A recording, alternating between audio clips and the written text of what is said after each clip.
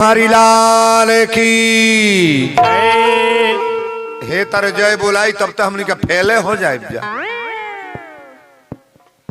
तनी कड़ेरे बोला जा जे बुझा जे हाँ वीरेंद्र बाबा बोला तड़े और वहीले भाते का लखा बोलिए कस के प्रेम से बोल दी वृंदावन बिहारी लाल की हनुमंत लाल महाराज की देवाधिदेव महादेव की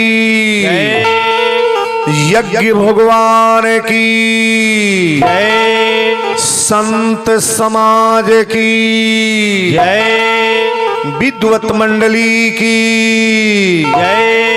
लीला मंडली की परमो आचार्य गोस्वामी तुलसीदास महाराज की यज्ञ कर्ता पुरुष भगवान की सुरसर देवरी नगर क्षेत्र धाम की एक बार जोर से बोल दे सच्चे दरबार की और जोर से बोल दे वीर बजरंग बली की जय। शांति बना करके सभी लोग प्रेम से बैठ जाएं। आइए भगवान की पहले सुंदर कीर्तन के बाद हनुमान जी की जैसी कृपा होगी। आज हम आप लोगों का सेवा प्रथम दिन पहले दिन की कथा होने जा रही है और बड़ी बारीकी से आज कथा बताने का प्रयास करेंगे। केवल कथा का ही प्रसंग है, केवल प्रवचन का ही प्रसंग है। कायदे से बैठ जाएं आप। आइए हम लोग श्री गणेशाय करें।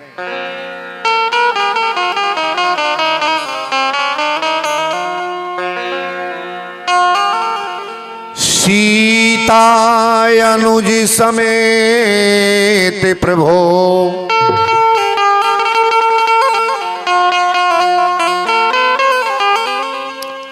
सीता अनुज समेत प्रभो नील जलधि तनु श्याम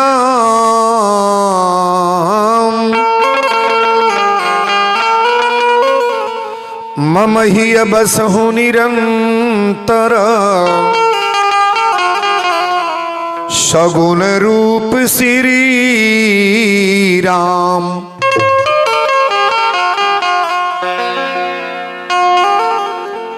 भक्ति भक्त भगवंत गुरु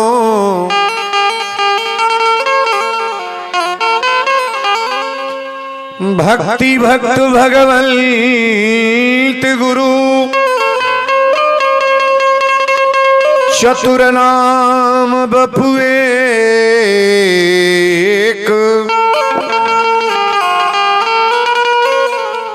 जिनकी पग बंदन किए नासहि विघ्न अनेक।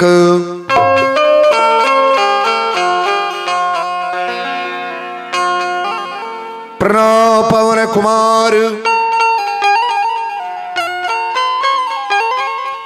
प्रणव पवन कुमार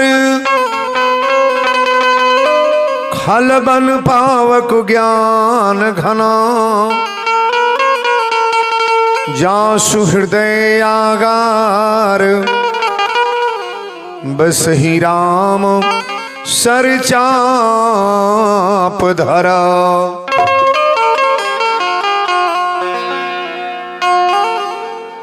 अतुलित बलधामम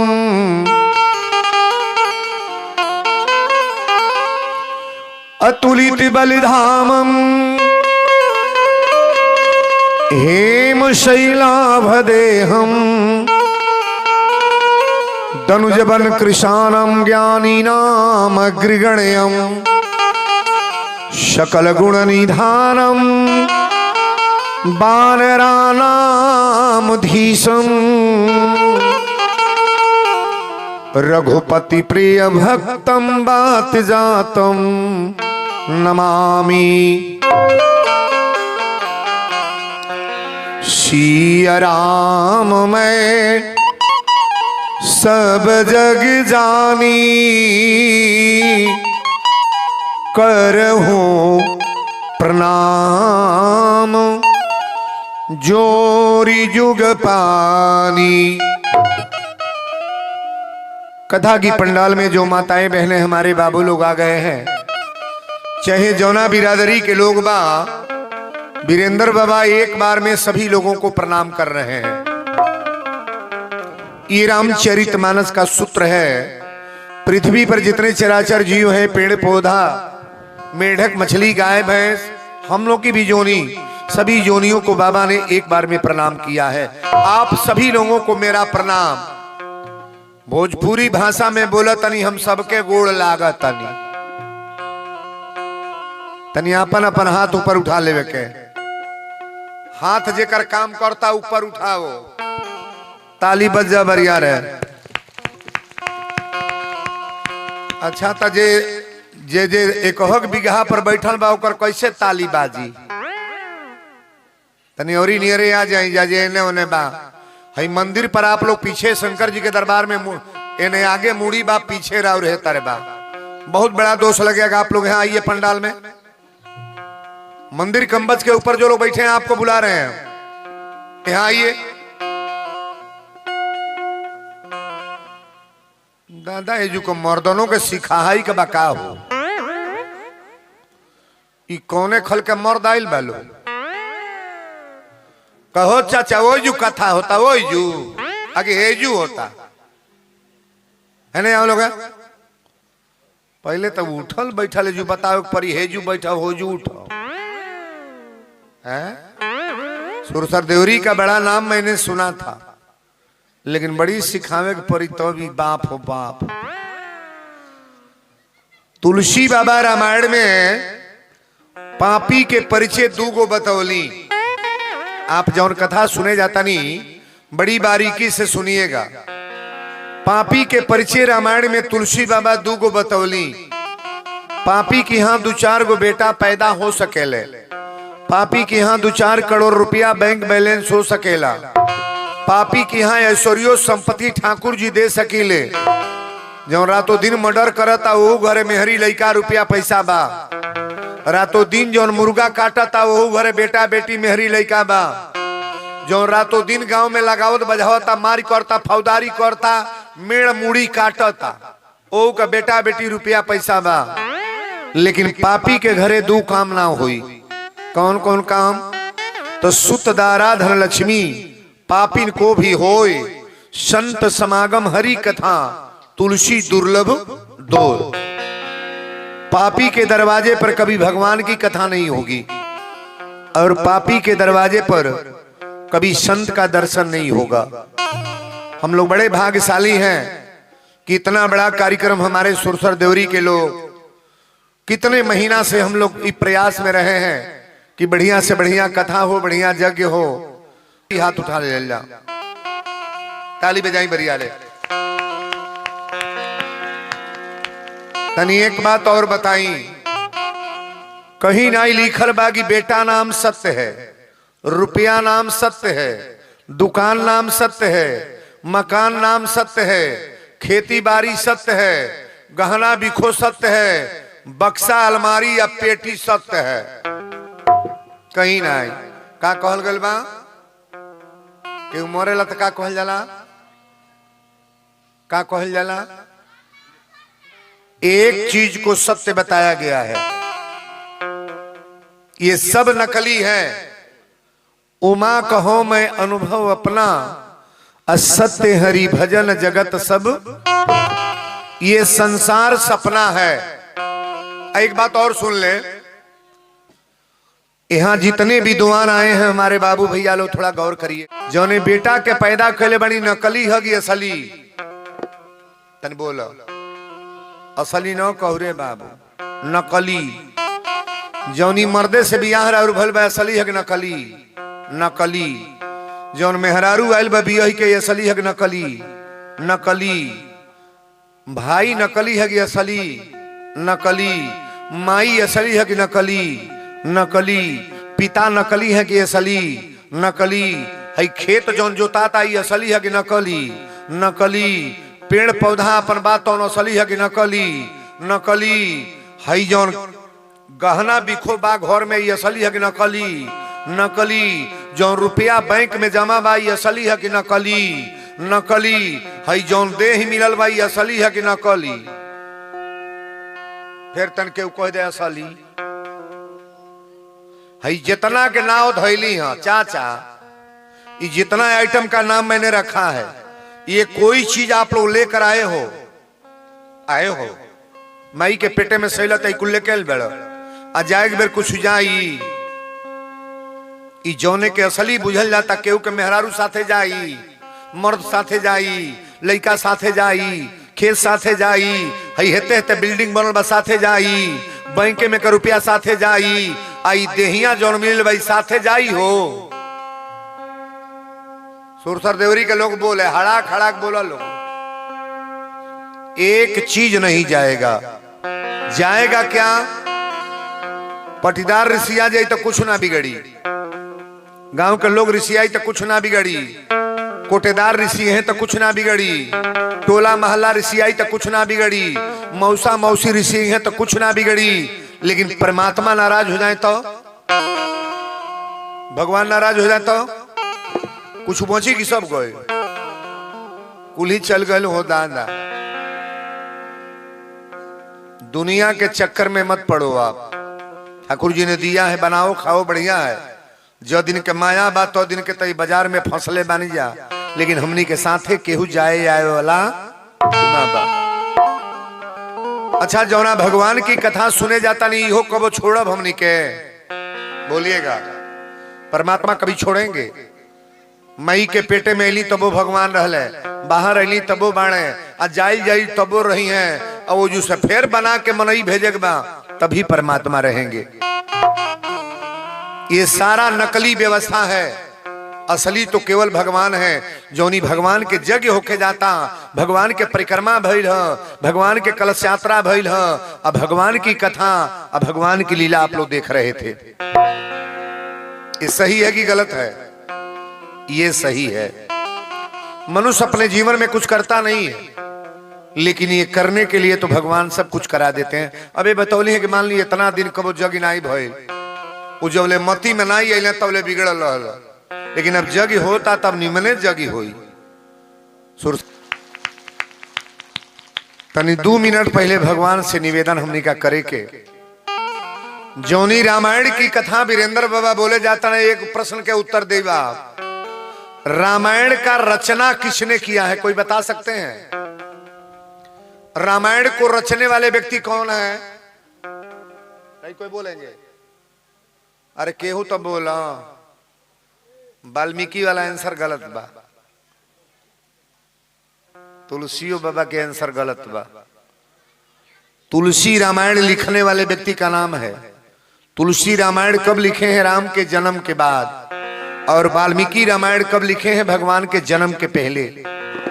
तुलसी रामायण लिखे हैं हर भाषाओं को लेकर, और वाल्मीकि संस्कृत में रामायण लिखे हैं। हम रचयिता पूछ रहे हैं कि रचने वाले व्यक्ति का नाम बोलो।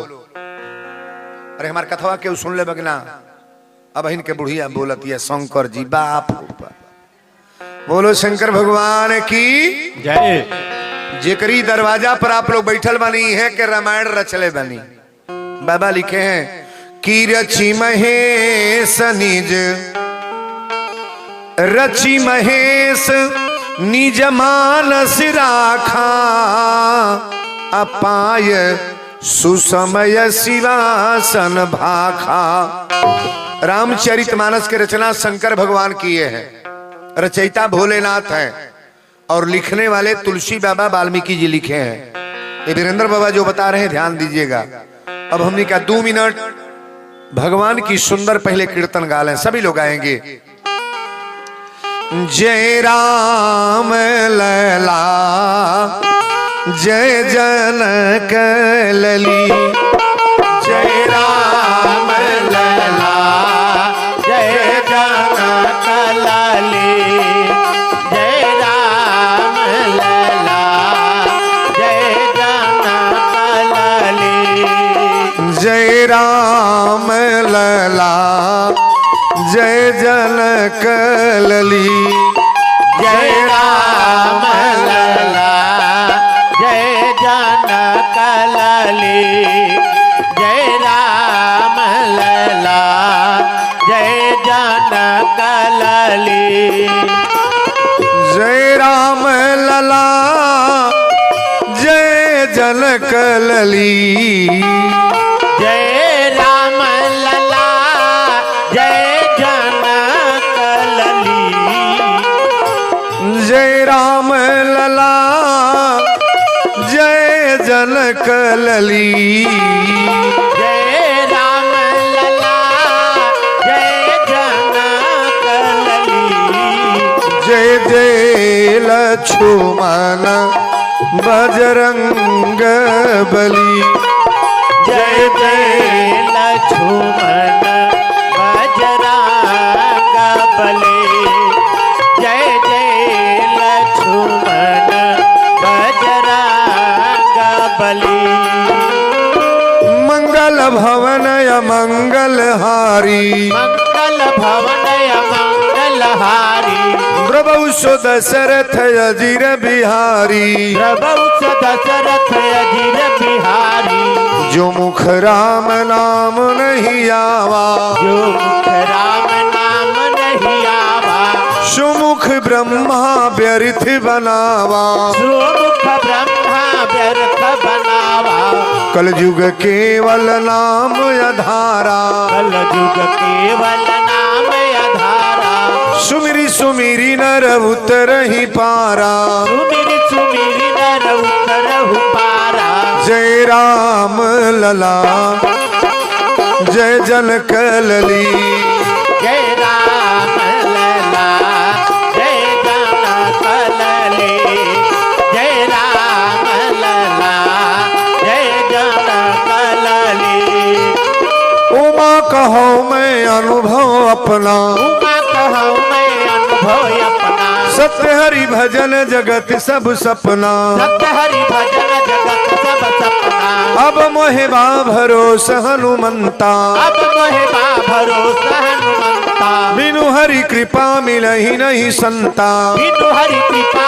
मिलहि नहीं संता अब प्रभु कृपा करहु यही भांति अब प्रभु कृपा करहु यही भांति सब तजी भजन करहु दिन राति सब कदी भजन करहु दिन राति जय राम लला जय जनक लली जय राम लला जय जनक लली जय राम लला जय जनक लली जय राम लला जय जनक लली प्रेम से बोल दी वृंदावन बिहारी लाल की जय हनुमंत लाल महाराज की जय देवादिदेव महादेव की जय यज्ञ भगवान की जय कथा में कीर्तन गाने वालों की जय कथा में बैठकर बहटियाने वालों की। अच्छा ये बताइए भगवान की कथा पूजा है कि नहीं है? नहीं है, नहीं है।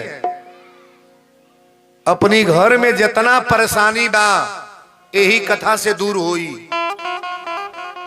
सुरसर देवरी के लोग गौर करेंगे, जेकरा घर में हरदम परेशानी बा, कबो बेटा बीमार बा, कबो कुछ होता, कबो कुछ होता, अगर प्रेम से कथा आप लोग 7 दिन सुन लिए, मेरा गारंटी है कि परिवार सुधर जाएगा।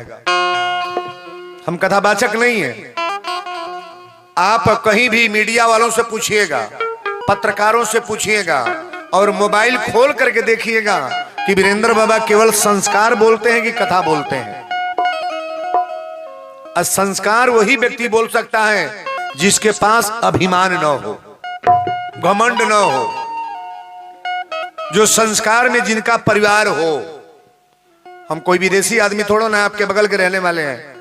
और मेरा कुंडली जिनको पता लगाना होगा लगाइएगा कि वीरेंद्र बाबा के परिवार में हम लोग खानदानी साधु हैं, आजा परपाजा पिताजी सब लोग, और उस परिवार के हम बालक हैं। बनावटी सौदा मेरे पास कुछ नहीं है। अगर अच्छा है, अच्छा बताई, हम गांजा पिया तो के कहीं दारू छोड़ तई हुकाए वाला बात बाकी ना बा। पहले वीरेंद्र अपन गांजा छोड़े। 1 महीना दूध पियल जाई तो देही में जांगर बताई, 1 बोतल दारू पी लो तो पावर कोने में 20 बा, दूधे में कि दारू में। अरे बुढ़ियो को दरुइये में।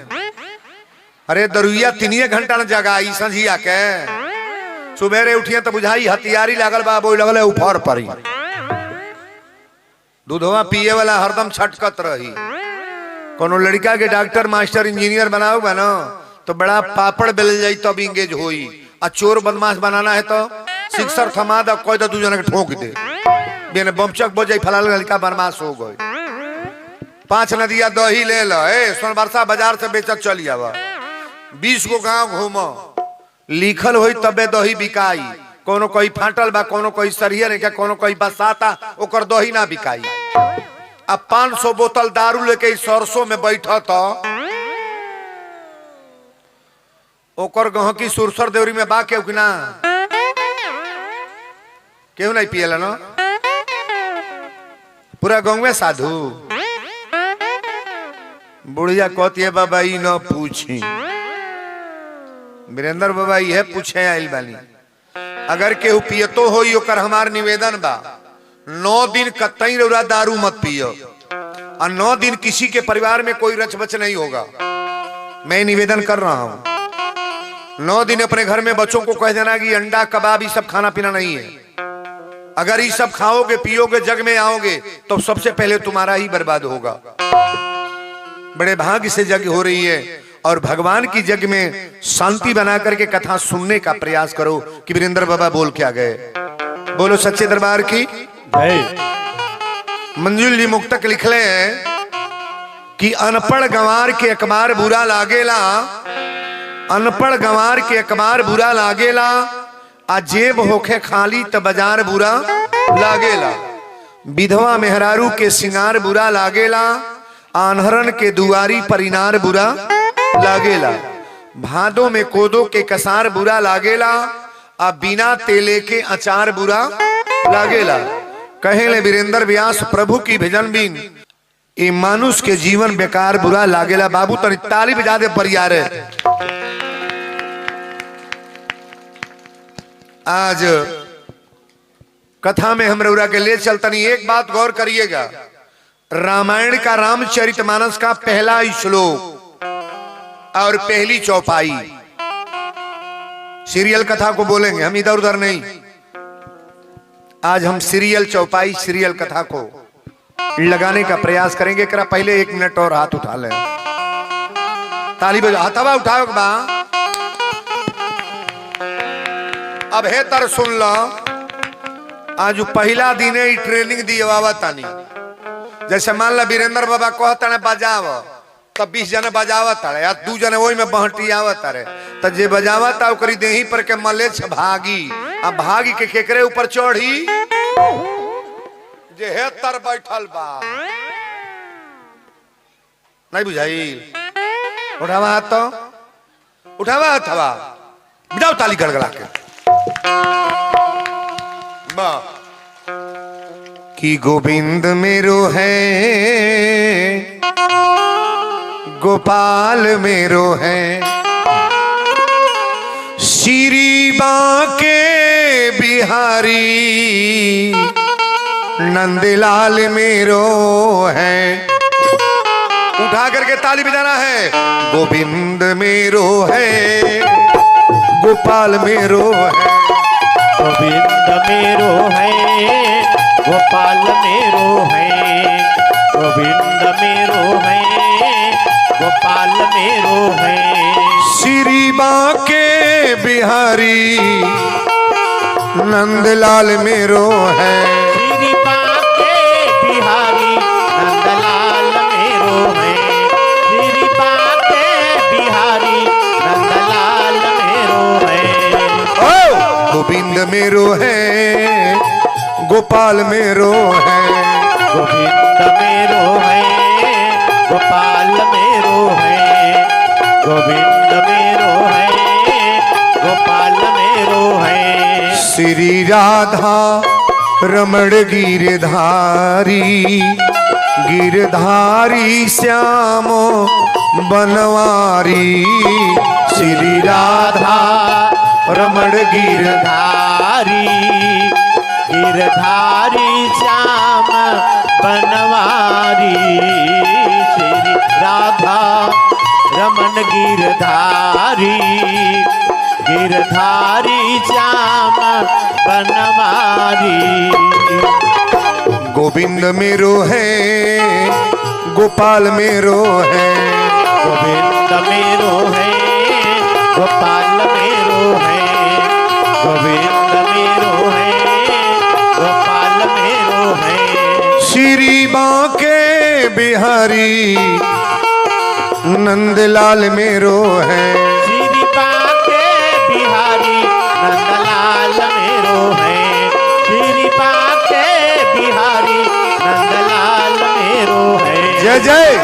गोविंद मेरो है गोपाल मेरो है गोविंद मेरो है गोपाल मेरो है गोविंद मेरो है गोपाल मेरो है।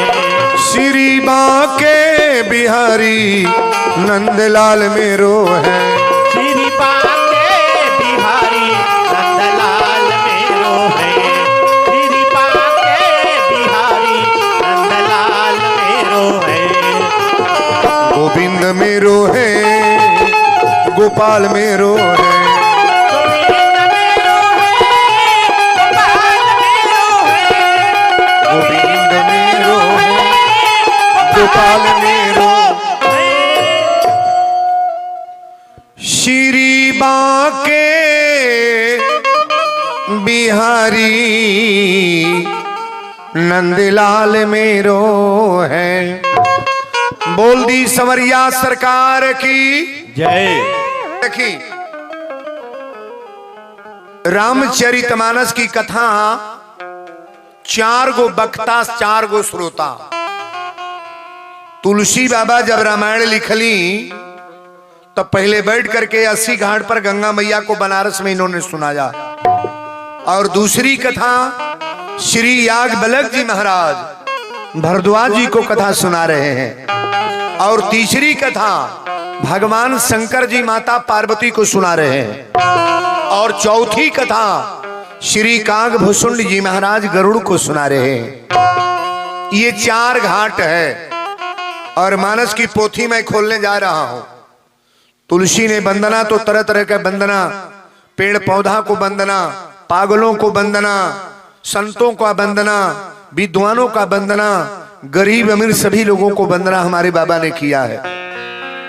लेकिन चौपाई और कथा कहां से है तो आज बताने का प्रयास कर रहा हूं। ये रामचरितमानस की पोथी जब आप खोलेंगे ना तो पहला श्लोक बाबा लिख रहे हैं। पहला श्लोक बैड़ा नाम और संघा नाम रसा नाम छंद सांपी मंगला नाम चौकर तारो बंदे बाणी विनायको। ये रामचरितमानस का पहला श्लोक है और कथा की पहली चौपाई प्रयागराज में नहान लागल है। अबे अमावसा के नहान लागल है लम्मा घवा में। ये माघ का महीना था जो कथा में मानस का शुरू करने जा रहा हूं। याज्ञवल्क्य जी नहाए गए लहली तो 1 महीना के कौलबास लेहली। अब महीना दिन बीत गए तो भरद्वाज जी के आश्रम पर गईली। श्री भरद्वाज जी जब देखले तो पूछले सरकार आई पहले राउर चरण धोली आसन पर बैठिए।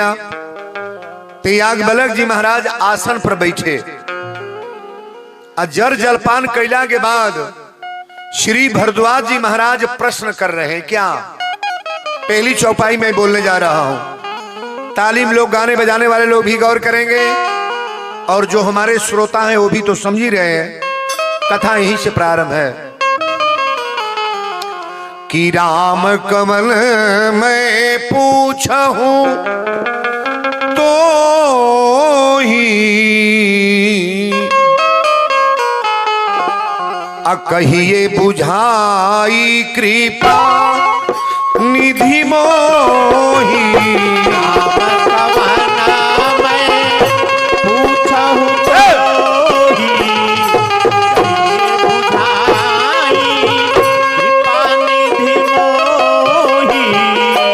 राम कवन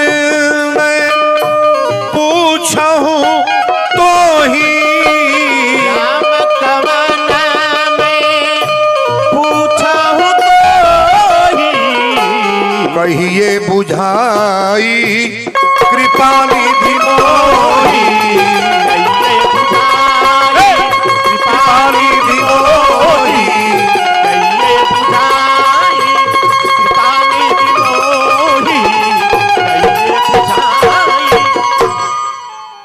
वीरेंद्र बाबा प्रवचन अब शुरू कर दिले बानी।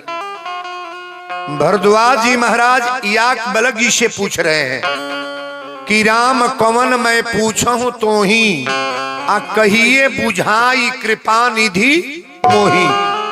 अच्छा बताइए, रामायण में भोजपुरी लिखाइल बागी ना? रामचरितमानस में भी भोजपुरी है। बुझाइल शब्द हिंदी है कि भोजपुरी? भोजपुरी है। कथा में रुराइल बानी ना, अबे रास्ता में जाए तो केहू पूछी ए या तू बुझलू है वीरेंद्र बाबा का बोलली? हाँ। एमे केहू पूछिए दीदी रौरा बुझाइल ह? ए चाचा तू बुझल ह? ए भैया बुझल ह? अब वीरेंद्र बाबा के कथा अगर ना ही बुझाई तो ऑल इंडिया में केहू बुझा ना पाई। अच्छा पहले हमारी बात समझ में आवता कि ना? नहीं आवता? अबे समझा देता नहीं ढंग से, अभी शुरू न होता।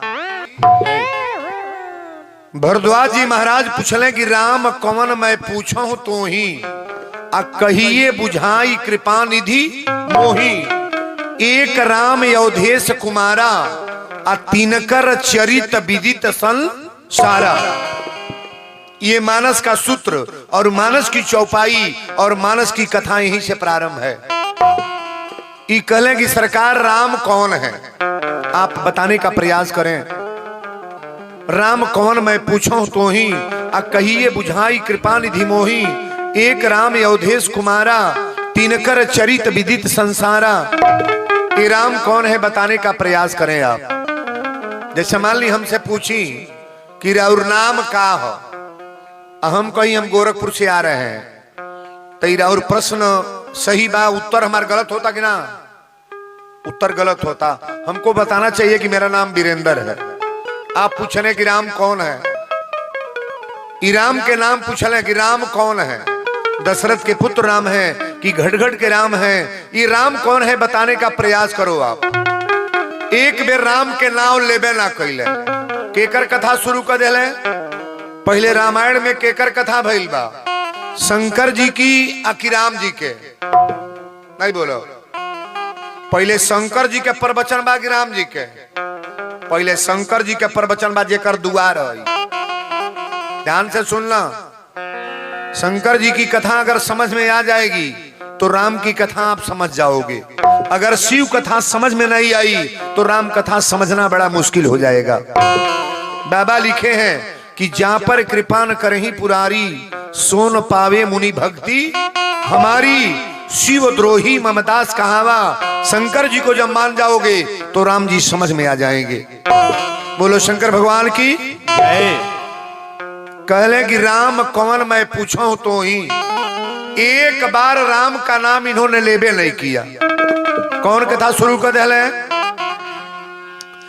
एक बार त्रेता जुग माही,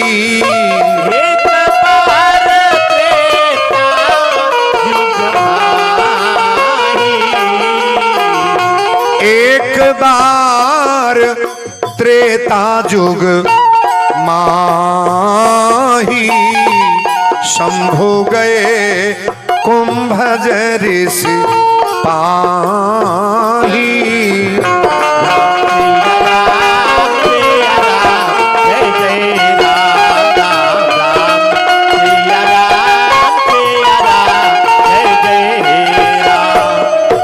बोल दी शंकर भगवान की जय।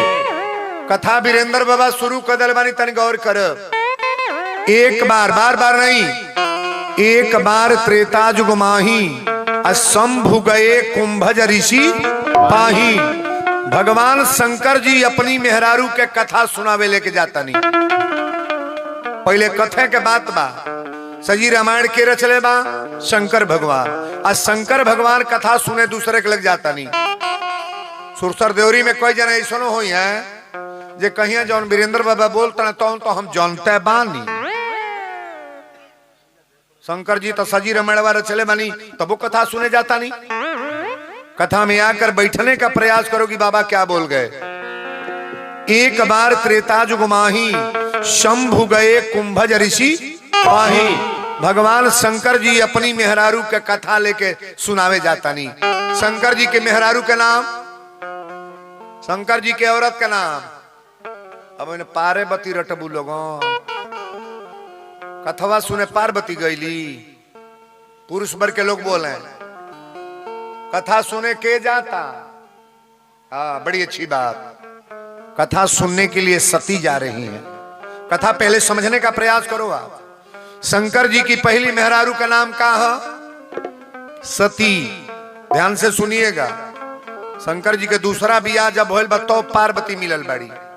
प्रथम जन्म दक्ष गृह जाई, नाम सती सुंदर तनु।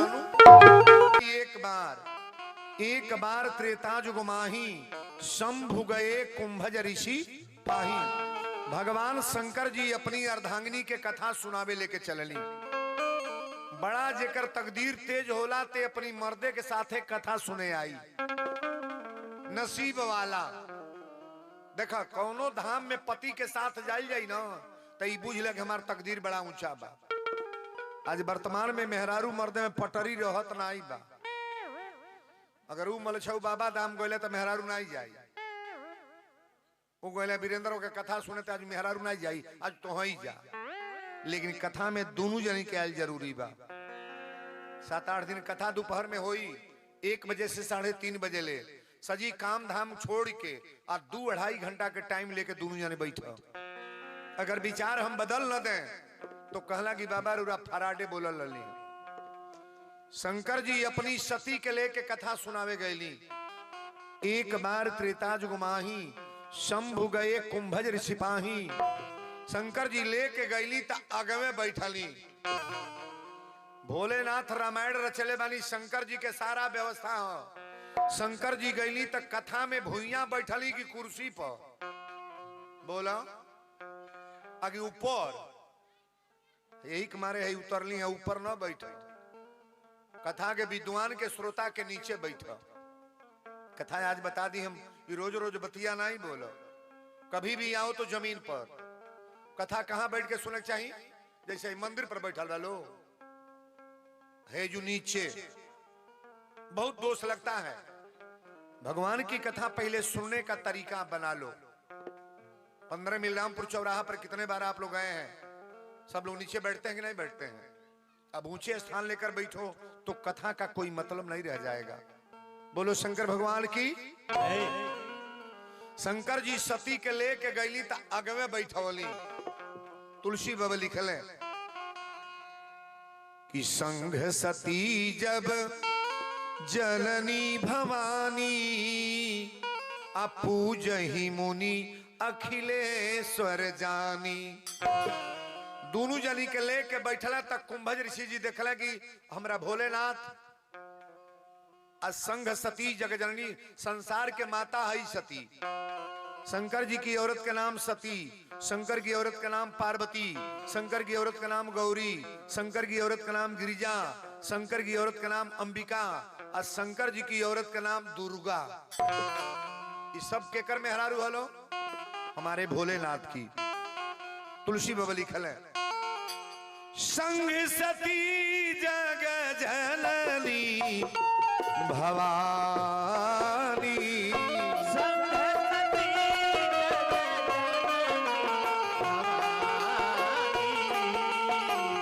संग सती जग जननी भवानी, पूजहि मुनि अखिलेश्वर जानी।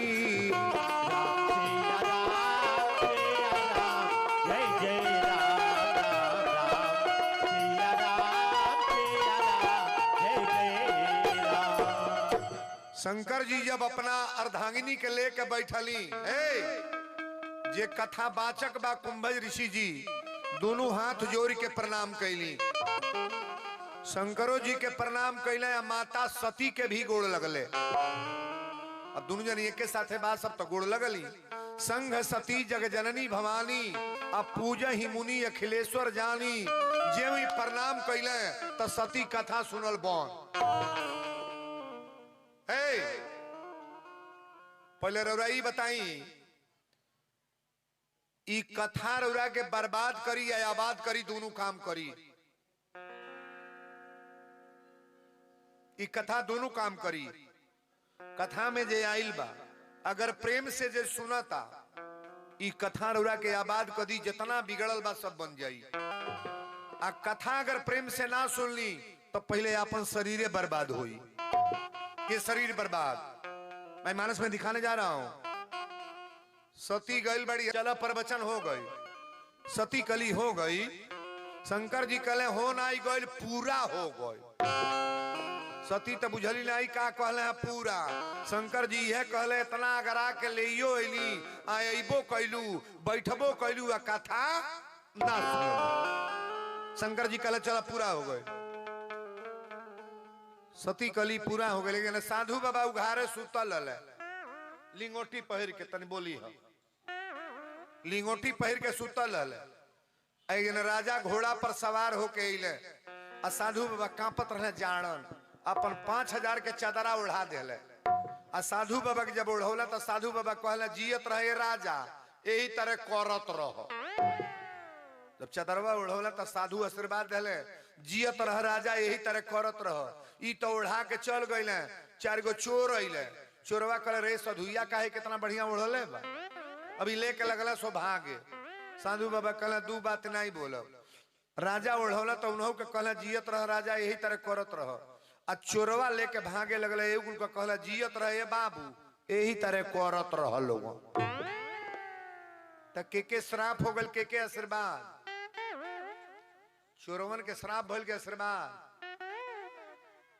सुरसर देवरी गौवा में सब निमने ना आई बा।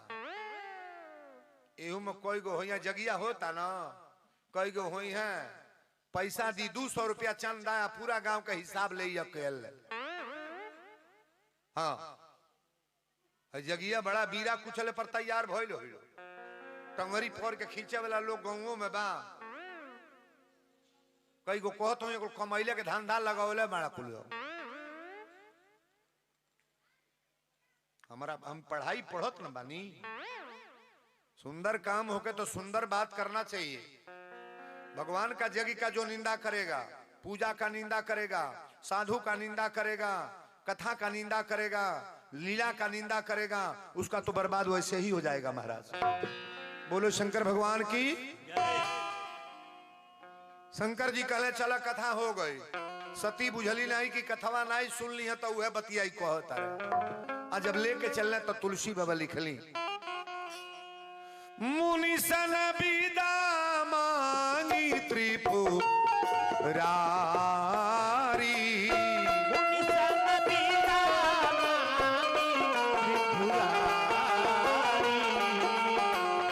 मुनि सन विदा मांगी त्रिपुरारी,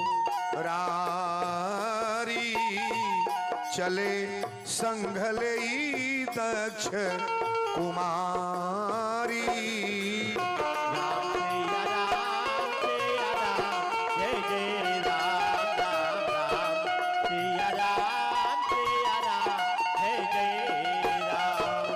मुनि सन विदा मांगी त्रिपुरारी, चले संघ ले दक्ष कुमारी।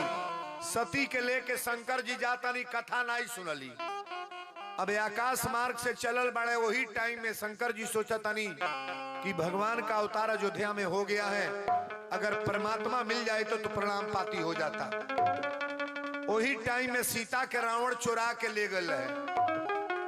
राम जी पेड़ पौधा से पूछा तनी, जन जन के लोग से पूछा तनी कि सीता के देखला, सीता ने गईली है। शंकर जी जब राम जी के रोवल देखली तो तुरंत प्रणाम कैली। जो प्रणाम कैले सती कहली अब कौन देवता है जो ऊपर आ गई के गोड़ लगा तानी। शंकर जी कहले नीचे ताक, तकली तो कहली कि 12 बरस का लड़का कौन रोआ था। शंकर जी कहले लड़का नहीं हो, ये अखंड नायक परमात्मा हो, ब्रह्म हो। सीता के रावण लेके चल गल यहाँ का रोआ तानी। सती कली जे ब्रह्म होकरा मालूम नहीं बा ओकर मेहरारू कहाँ गई, इनका मालूम ना बा। शंकर जी कली उल्टा न बोला, ई परमात्मा है, अखंड नायक ब्रह्म है, गोड़ लागिल जिनके कथवा सुन के आवत नहीं जाऊ है होई। सती कली रौरा गोड़ लागी हम ना लागो, कहले का करबू, कहली हम इनका परीक्षा ले। माथा जब बौराला तो बौरे होला, माथा जब बौराई तब बाउरे होई। शंकर जी कले का कहलू हो, कहली इनका परीक्षा ले। शंकर जी कले ना मनबू, अरे ब्रह्म हम अखंड नायक परमात्मा भगवान हमें परीक्षा लेवे ना जा। सती कली नहीं परीक्षा ले। शंकर जी कली जा होई हन वही जो राम रची राखा। जा रहली सती बन गली सीता, ताकब हमरा हो। रामायण को मैं सीरियल बोल रहा हूं। रहली सती बन गली सीता, बुझली कि राम जी रोते बड़े सीते खातिर, हमके देखी है टप दे पकड़ ली है। ज्यो गईली त राम जी के अगवे कूदत चल तड़ी। असली सीता राम की आगे चल कि पीछे पीछे, और नकली सीता कहाँ चल तड़ी, अगवे कूदत तड़ी। लक्ष्मण जी कहले भैया हो देखी ना, राम जी कहले चुपचाप रहो, अबे लगवे होते बाड़ी। आदमी के जब बर्बाद होके कर रहा यह लाइन टप दे अगवा आईली, जे आगे आईली तो राम जी हमरा तुलसी बाबा लिखले कि जोरी पानी प्रभु कीन प्रणामू, आ पिता समेत लीन निज नामू। कहले कि हम चक्रवर्ती नरे दशरथ के पुत्र राम, ये मेरा छोटा भाई लक्ष्मण आपको प्रणाम करते हैं। अजय प्रणाम कोई लोग तो सती तो बुझ गली दादा तो ब्रह्म हव। अब लगली भागे जौना और भागत तड़ी रामे राम। हकासल पियासल भागल पर आयल गईली कहवा, जहां बहुरहू रहला तहावा। शंकर जी पूछली का भइल ह, त कहली का भइल, रहू गोड़ लगली हम गोड़ ला के आवतानी। सही बोली कि झूठ, को गलती हो गई। 3 गो कथा सुने गईली त कथो ना सुनली, अली रास्ता में मना कैला, शंकर जी का बात ना मनली, अबो कैली तो झूठ, को गलती हो गई। 3 गो शंकर जी कहले चलो अजुए लिखलो रहल,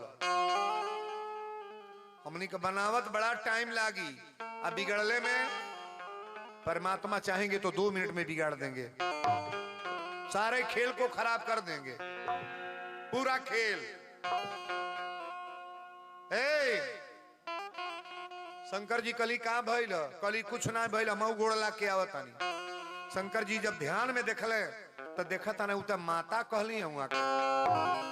तुरंत भोलेनाथ कहले का कि यह तनु भेंट सती अब नाही, शिव संकल्प की न मन माही। शंकर जी संकल्प कैले कि न तू हमार मेहरारू न तोहार हो, लीला खत्म। लेकिन शंकर जी खोलहर ना कहले। तन एक बात बताई, हमें जितना महिला बैठल बस रौरा पच के मालिक ऋषिया जत के उजानी ऋषि आयल बड़े के बूझी, आ तोहन लो ऋषिया जातो रसोईया परोसत में चिन्हा जाए भूलो तकिया हमरे हो। तन बनल बाजार बात मार कुर्सी में जे लगाई, पीढ़ा धरी, नींबू काट के देई, मुरई देई, नेबुआ का चार देई, कोई भाड़ुआ मरचा ले आई, पूछ पूछ खियाई। बनल बाजार बा, आ तनी लेकर सियाल बा तकिया हमरे हो, रसोईया धरत में चिन्हा जाई,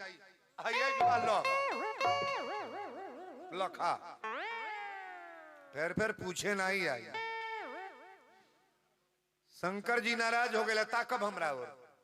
शंकर जी कहले अब चल, एक बार मर्दे मेहरारू में रिसा खिसी भइल तो मौगी मर्दा से नहीं बोले, बोल चल नहीं रहे, जाड़ा के महीना इतना चैली बार के मौगी तापत रहे तारे, तो मर्दो खा के नहीं करल, वो बैठल बा हे पड़े, और तापत तड़े से दोनों बोल चाल नहीं रहे, वो तापत हे तड़े, तापता हे तारे।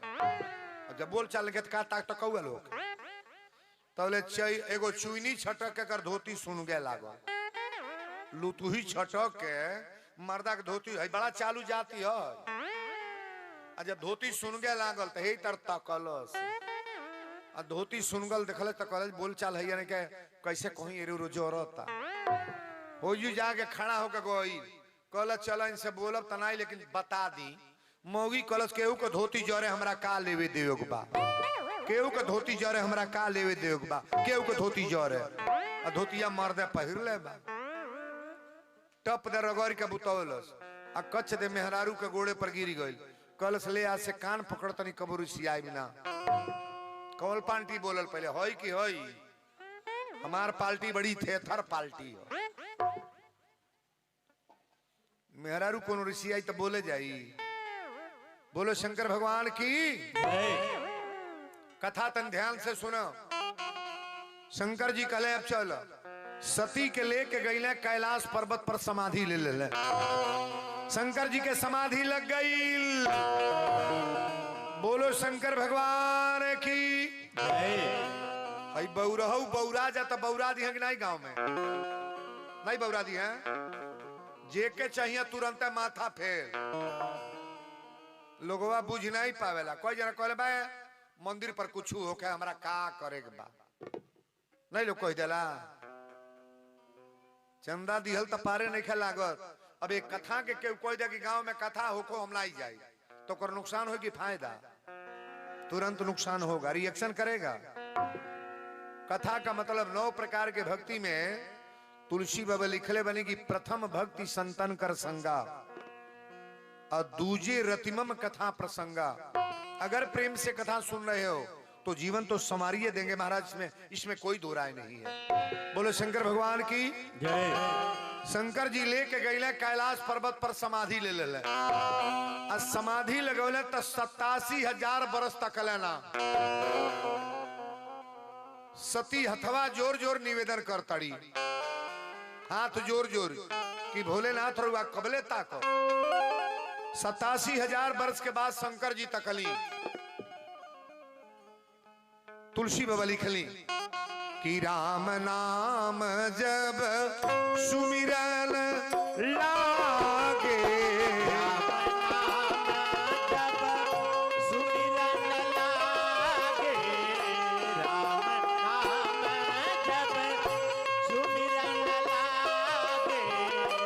राम नाम जब सुमिरन लागे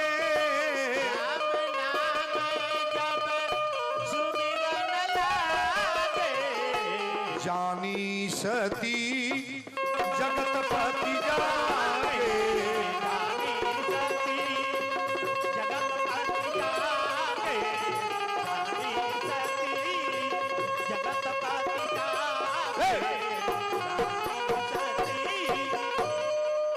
कथा अब देखी ऊंचे पड़े हो जाता बढ़त जाता राम नाम जब सुमिरन लागे जानी सती जगतपति जागे जब शंकर जी जगल है तो सती के कहले आवा बगल में बैठा सती के बैठा के भगवान की कथा भगवान के प्रवचन राम नाम कीर्तन यह बात लगले बतावे तोले आकाश मार्ग से सती के सजी बहन बहन हो जाता लो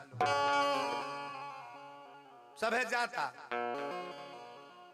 सती कली सजी लोग कहाँ जाता रे शंकर जी कहले तारा नैहर में जग होता आ तोहर पिता राजा 10 जग करता है सती कली जब हमारी नैहर में जग होता तो हमारे घर न्योता काहे ना आइल हो नैहर में बियाह पर जा भतीजा के चाहे भाई के आ सजी बहन बोलावल जाए जना न बोलावल जाए झगड़ा होई कि नहीं होई नहीं होई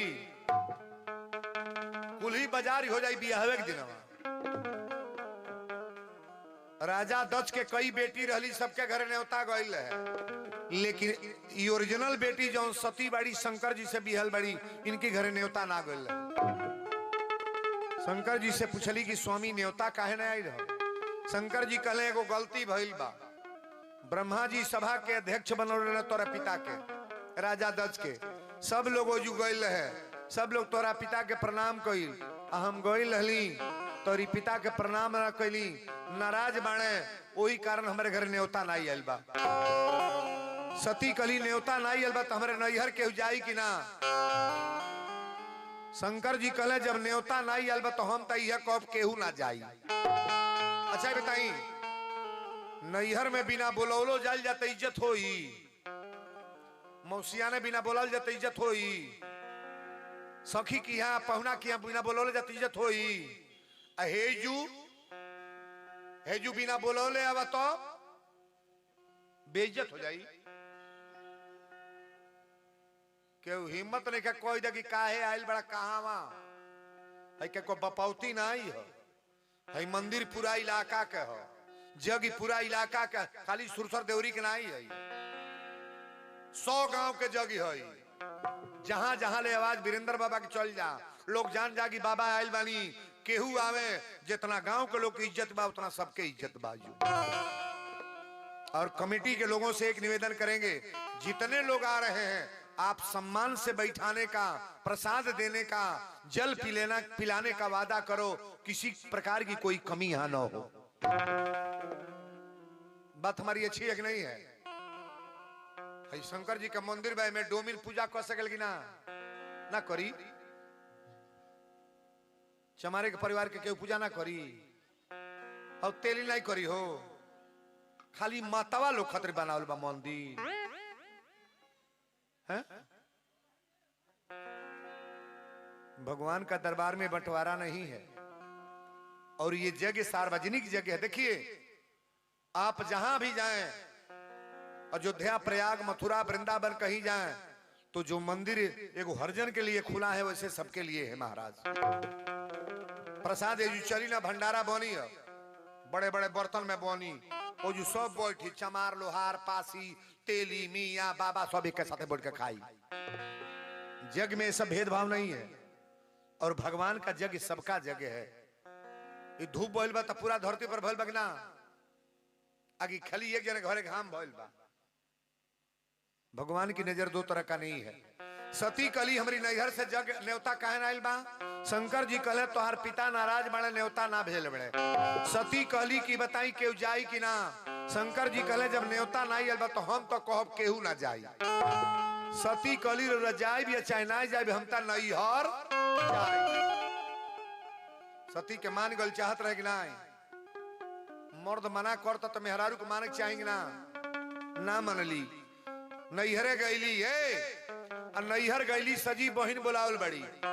पहला बहन अली कली दीदी तोर घर न्योता गइल लो, ई नहीं के कहता चला पानी पिया बैठ, पूछत रही न्योता गइल लो तो नहीं तो दूसरा जना कहता रही हम तो बिना बोलावल नहीं आई थी। तीसरी बहन कली घरवा बनल कि अब मड़ैया में रहे लोग। सती कली हमरी भाग में मड़ैया बही में रही। चौथा बहन कली कपड़ा लता पहरे लगी अब घारे रहे। हाल चाल होता कि लाठी मारल जाता। सती कली हमरा बौरहू घारे रहे। कह लो भाई भात रोटी बने लगी अब भंगिए पीसे लू। कहली अब जो लोहा मान के ना बा। मर्दे के चलते मेहरारू इज्जतदार होली। आज शंकर जी त्याग कैले बना तिनका इज्जत होई इज्जत। भले देवर न जाने, सासु न जाने, ससुर न जाने, टोला महल्ला न जाने, जेकर मर्द मेहरारू के हेपर उठोले बा ओकर इतना निमन के बा नहीं बुझाता। मर्दे के चलते मेहरारू इज्जतदार कहली गांव में। कर मर्द बाबू बहुत मानेला, बड़ी इज्जतदार हो, बड़ी तब नमूना बा। सजी बनल बाजार बा, मर्दे गोबरे के लखा मुंह कोइले रहता। ये कोई घर नहीं है। शंकर जी नाराज बने, बिना बोलौले चल गई। कहली माई अब चल तनी माई से मिलो। अब माई के अखबारी में पकड़ के पहले भेटली। 3 गो जगह होला, गौर करे। बेटा दुआरी पर आई है तो बाप कहीं आ गई, बाप कहीं आ गई तो कहीं आ गई। अब माई बैठल बा तो कही बाबू बियाने के गइल कुछ खैले हव, सुना था बतिया न। बेटा आवत रहे तो बाप कहले आ गइल अते आ गइली। अब माई कहतिया कुछ खैले ह तो कहिया माई खैल के पूछे ले। बाप कहले आ गइल, अब माई कहतिया कुछ खैले ह। अब मेहरारू भीतर गइले पर कहतिया कितना कमाइला ह। सुनाता बतिया हो। बेटा के कमाई के जो है ला माई की मेहरारू। सुरसर देवरी के लोग बोले माई कबो नाई बेटा का कमाई जो ही पता कौ ली हो। बोरा के बोरा नोट ले आके देते तो माई के नोटे से मतलब ना बा, वही तरह फेंक दी और जैसे देले मैंने फिर थमा दी। बेटा के दीहल माई कबो रुपया गौनी ना, अब मेहरारू 3 बेर गौनी, 4 बेर गौनी, 5 बेर तब कोई कम में बा। माई के दा कबो मेहरारू पूरा दी। माई आज माई से मिले गईली सती। तने हयो बात बता दो, नैहर में जेकरा सजी धन होखे, 4 गो भौजाई बाड़ी, 4 गो भाई बाड़ा, सब नौकर चाकर बाड़े, एगो माई नाई बा, नैहर जाए मन करेला? कहो बिना माई के नैहर निक लगेला? हमें के ऐसन बात जेकर भौजाई माई के लेखा इज्जत करे ले? मैं उल्टे ना हाथ उठा दो, केहू का हिम्मत नहीं क्या उठा दे। माई के लेखा इज्जत भौजाई कदी हो करी करी फिर उठा बता। माई के दा कब भौजाई पूरा दी लब दे उठा दिया लू। 5 दिन 10 दिन रह के देखा नाके के अब उठी हो जाता ना। 2 बेर 100 रुपये पे जाइबू, तीसरा बेर कही अपने बहन से 100 रुपये आई, अब ननद नहीं बोलाई। जमाना उ रह गल बा। बिना माई के नैहर कसर को तारी भौजाई हमर माई के लेखा माने ले। इतना गलती करबू माई तो के दोषी नहीं बनाई। एक गिलास दूध गिरा दा, चाय गिरा दा, भौजाइया देखा काका कहती है। माई के दा कब भौजाई पूरा दी। नैहर में सजी धन बा, एगो माई नहीं नैहर जाए के मन करला। नैहर बहुत चीज हो जाला, अब का कहल जा। लेकिन सब बहनों से निवेदन करेंगे, हमनी के जीवन में आज नैहरे के बात होता। सती कली जब बहन हमारे लेल कर्रा मचा दिहली सो देखी, आपन समय ठीक बात 1000 गो हित मिली। अपने बक्सा में 10 गो साड़ी बा न तक उसे मंगबो करो तो टप दे मिल जाई। तार लगे के गो साड़ी बा के उसे मंगबो कर तो हम नहीं देता कैसन कैसन दे बा, इनका इनके देही पर हमार साड़ी नहीं चढ़ी, हम नहीं दे पाई। एक के गो बटले बना देना। भरल समाज में मिली, जेकर घर रुपया भरल बा गांव में पाई कि ना पा जाई। आ घटले पर मांग के देखा पूरा गांव घूम के देता केहू। भगवान न करे, हे शंकर भगवान जितना लोग आइल बा उनहू के मर्द कमा, ओहू के बेटा कमा, ओहू घरे रुपया आओ, ओहू के मंगले के आदत न रहो करो, ओकरो घर में भरल रहो। वीरेंद्र बाबा की आशीर्वाद बा। मांगे वाला जमाना बीत गईल, 20 साल पहले रहल। ए दीदी तनी हल्दी दे दी, मरचा दे दी, हई दे दी। अब केहू मांगे जाई तो लेलकर मत जाई कि ना। खैले के कमी केहू के बा ना। अब एक चीज का कमी बा, केहू से केहू का पटरी नाई बा। सासू का पटरी पतोहे सुनाई बा, पतोहे का पटरी सासू सुनाई बा, बेटा का पटरी बापे सुनाई बा, बाप का पटरी बेटा सुनाई बा, भाई से बोले चलना बा, केहू घरे सनमत बा। का जन सुरसर देवरी में चलत होई, हमारे यहाँ तो खूब होता। गौवा पर पटरी बा ना, घूट वाल कटरी नहीं है बा बा नहीं बा। का करबू लोग। वीरेंद्र बाबा वह संबंध मनावे आल बड़े, जेकरी घरे आपसी मेल ना रही ओकरे घर में कबो बरकत ना हुई।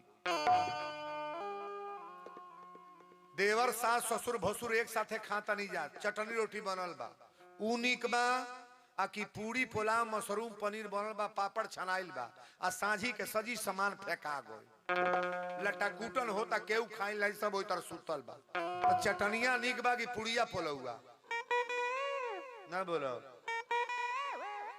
चटनिए निक बा, पूरी पुलाव के चक्कर में ना पड़ी।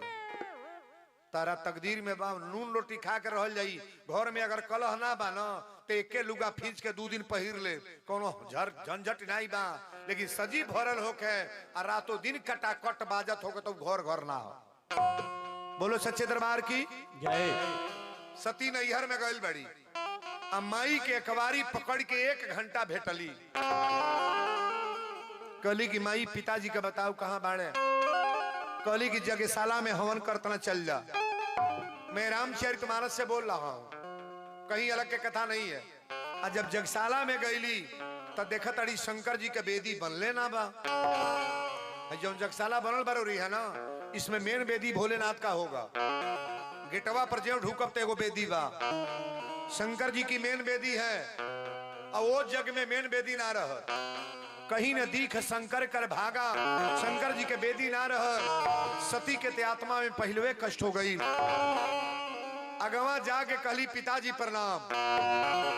राजा दक्ष कहले खबरदार फिर पिता मत कहियो। जौनी पैर से आयल बड़ू पैर उठावा अपनी घरे चल जा। सती कली काहे? राजा दक्ष कहले बिना बुलावल हमारे घरे आ कैसे गैलू हो? तोरे घर न्योता भेजले रहली हाँ। सती कली पिताजी रे भूल के बतियाओ तनी हमरा और बेटी है। प्रथम जन्म दक्ष गृह जाई, नाम सती सुंदर तनु। हमार नाम सती रौरा रखले बानी, काहे इतर बोलता नहीं? राजा दक्ष कहले फौरन अपनी घरे चल जा। सती कली राजा दक्ष कान खोल के सुन लो। अबले तोहार बेटी रहली है, लेकिन हमरा पति के अपमान होता, तोहार अपमान बर्दाश्त ना करो। राजा दक्ष कहले का करबू? सती कली तरी यज्ञ के होके ना दे। राजा दक्ष कहले ना गईलू। सती कली जहां हमरा शिव के अपमान होता, शंकर जी के अपमान होता, तरी यज्ञ के करे ना दे। हम यज्ञशाला के बगल में सती खड़ा हो गई है बाबू। यही तरह हथवा पसार के रोवे लगली। विष्णु भगवान से कली भगवान अब तक हम मरे जाता नहीं। सती मरे जाता नहीं, गौर से सुनिएगा।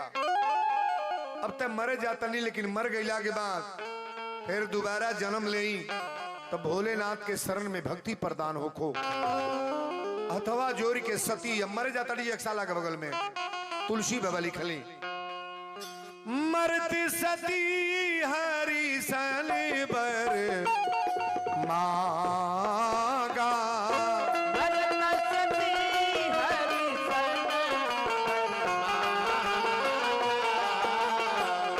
मरत सती हरि सन बर मागा। जन्म जन्म पद शिव जनु रागा।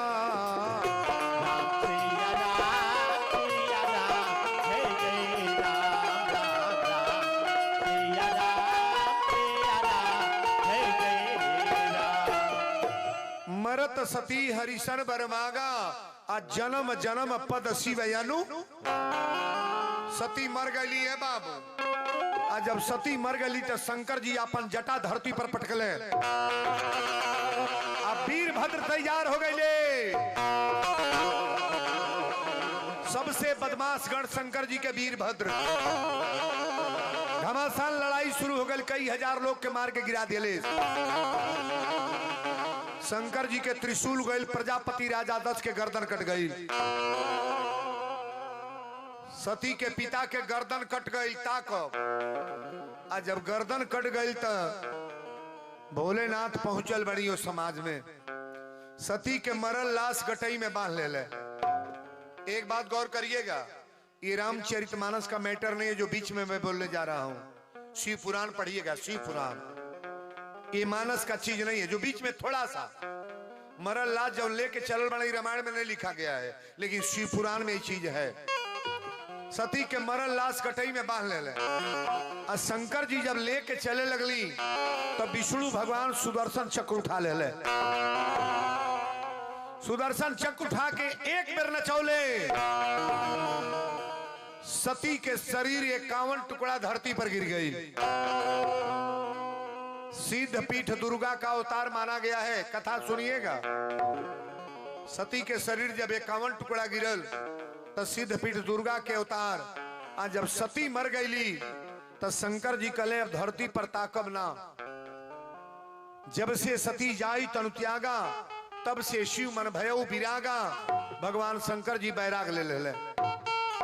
आज जब शंकर जी बैराग ले ले तो ये जो जन्म हो गल के कर, ते ही कारण ही में गृह गृह जाई। आ जनमी पार्वती तनु पाई। सती जब मर गली तो का नाव धराइल बा? बोली ना दोहरउआ जन्म लेली तो का नाम अब एजू अली है पार्वती आ जो बैठनी तो कहता पार्वती पार्वती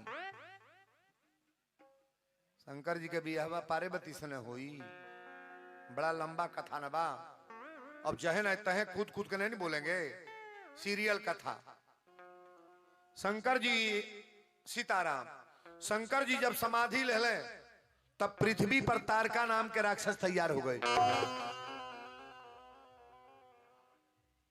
बाजा कहां बजाता हो गौवा में बिया हुआ बा बोलो तो काहे को उतर बजावत है कथवा बिगाड़े खातिर हाँ ना अलाउंस कोयले पर मनबो ना करी इससे ढेर आवाज कर लोग होई हाँ मटकोड़ होता हाँ ठीक तन बोल दी कि तन 10 मिनट 20 मिनट का बाद बजाई है बलवानन से धरती खाली बा लेकिन व्याकुलन से खाली नहीं बा हाँ बड़ी बड़ी लीला ना बता मोबाइल से फोन कह दा जे जान थोका तो कहीं मानी जा हाँ तन बजवा बंद कर दे बाबू अबे बोल के उतरत तो मटकोड़ करी है हाँ अब तो एक जमानो बीत गई अब तो देख तनी सजी मान तनी लइकवे नाचत रहा दुर्गा जी दहे जाली तो नाचे उ फुहर फुहर गाना बजा बजा डीजे पर नाचत रहा का जानी सुरसर देवरी में कुल होत रहा ना लक्ष्मी जी दहे जाली तो जन बजत हो तो बुझते बड़ा का बजावे लसो यो नकदे बनावले गांव बुझाता का हो सजी सजी बा लोग कहत लइका नाचा तड़े सो ए मूर्ति दहे गल तो लइका नाचा तड़े अब तो देखत नहीं चिपरिया दहबावे जाता सो कौन खाना हुआ होकर देवला पर पथाला चिपरिया पीड़िया पीड़िया दहबावे जाता सो बाउर बाउर गीत बजवा के लड़कियां नाच रही है मार कूदा तड़ी सो 3-3 पुरुष है तोरी समाज रसातल को समाज को गाड़ दे रहे हैं लोग सुंदर भजन बजा करके बढ़िया गीत बजा करके नाचने में क्या डर है ऐसा गाना गीत घर में चलेगा तो परिवार का कल्याण होगा कि नुकसान होगा है? निवेदन करेंगे यहाँ के बच्चे से और बच्चियों से अश्लील गाना बजवा करके डीजे पर नाचे मत। पृथ्वी पर तारका नाम के राक्षस तैयार हो गई। बोलो शंकर भगवान की जय। तारका तैयार भइल तो सारा देवता लोग के भूजे मुंह आवे लगल। त्राहिमाम को के सजी देवता लोग गइल ब्रह्मा जी के दरबार में। ब्रह्मा जी पूछनी कहाँ आयल बड़े लोगे? देवता लोग कले सरकार सती जाके नैहर में मर गईली, अब बहुरहू समाधि में बड़े। पृथ्वी पर तारका नाम के राक्षस तैयार हमने का मारा तब भूजता मुआवता। शंकर जी है, ब्रह्मा जी कले वो कार करे लोगे। शंकर जी के जाके तकावा लोग, अगर शंकर जी तके हैं तो पार्वती से शादी हुई। अब पार्वती से शादी हुई तो कार्तिकेय के जन्म हुई। अब कार्तिकेय के हाथ से तारका का बध लिखल बा। देवता लोग कहे दादा ई बहुरहू तकी है कैसे? शंकर जी के जे तकौले बा जियल बा कि मरल बा? बोला शंकर जी के जे जगावल तुरंत गोई। शंकर जी के को गो नेत्र है? 3 गो। हमारी बेटियां बहन बाबू लोग गौर करेंगे, 3 गो नेत्र है। बड़ी सुंदर प्रसंग बा। ब्रह्मा जी कहले जाके पहले शंकर जी के तकावे लोगे। सोचल लोग शंकर जी तकिए कैसे? तो सारा देवता लोग गइल कामदेव के लोग। आ कामदेव से कहल लोग कामदेव चल के बहुरहू के तका न दो। कामदेव कहले हम ना जाए तकौले के पहले हम आई ताक दे। देवता लोग कहले ना चलब। कामदेव कहले ना जाए। बड़ा निवेदन कर लोग तो कामदेव गईले आमे के पेड़ पर चढ़ के आई है काम के बाण तलले। काम के बाण तलले आई एगो बाण शंकर जी के छाती में मरले धाए दे। आ शंकर जी की छाती में जब बाण लगल तो शंकर जी टप दे तकले त्रिनेत्र खुल गई, सगरी लाइट लागल, कामदेव जरी के राख हो गई। ध्यान से सुनिएगा, कामदेव जर के राख हो गई। आ कामदेव जब जर गई तो कामदेव के औरत का नाम रति है, कामदेव के मेहरारू का नाम रति। रति गई बड़ी कहली, हे भोलेनाथ, जेकरा मांग में सिंदूर नाई बाऊ के भरी ले, जे के बेटा नाई बाऊ बझनिया के बेटा दे ले, अरे हमरा पति के मार देली। शंकर जी कहले, तोरा पति के मरली नहीं है, तोर पति हमके बाण मरले बा, देख छाती पर। रति कहली तो विधवा बन के रह। शंकर जी कहले, तोरा पति के जिंदा कर दी। कहली कि ना। कहले कि तोके का करी। कहली कि एगो हमके वरदान दे दी। शंकर जी कहले, कौन वरदान। रति कहली, अपने मुंह से रउरा जौन वरदान दे दे हमारा मंजूर बा। शंकर जी कहले, जब जदुवंश लीने अवतारा, कन्हैया जी जब द्वापर में आए तब कन्हैया के पुत्र के नाम परदुम्न। पढ़े लिखे लोग बैठे हैं, ध्यान से सुनिएगा। कन्हैया के बेटा के नाम परदुम्न, और द्वापर में ते कन्हैया के पतो ही बनबे परदुम्न के मेहरारू। आज वरदान देतनी, तुलसी बाबा रामायण में लिखले वाली। कहली कि द्वापर में हमार पति परदुम्न बनी है। तो भोलेनाथ कहले, हाँ आओ मानस की चौपाई पढ़िएगा। कृष्ण तनय होई हनीपति तोरा, कृष्ण तनय होई हनीपति तोरा, कृष्ण तनय होई हनपति तोरा, बचनन होई अन्यथा मोरा।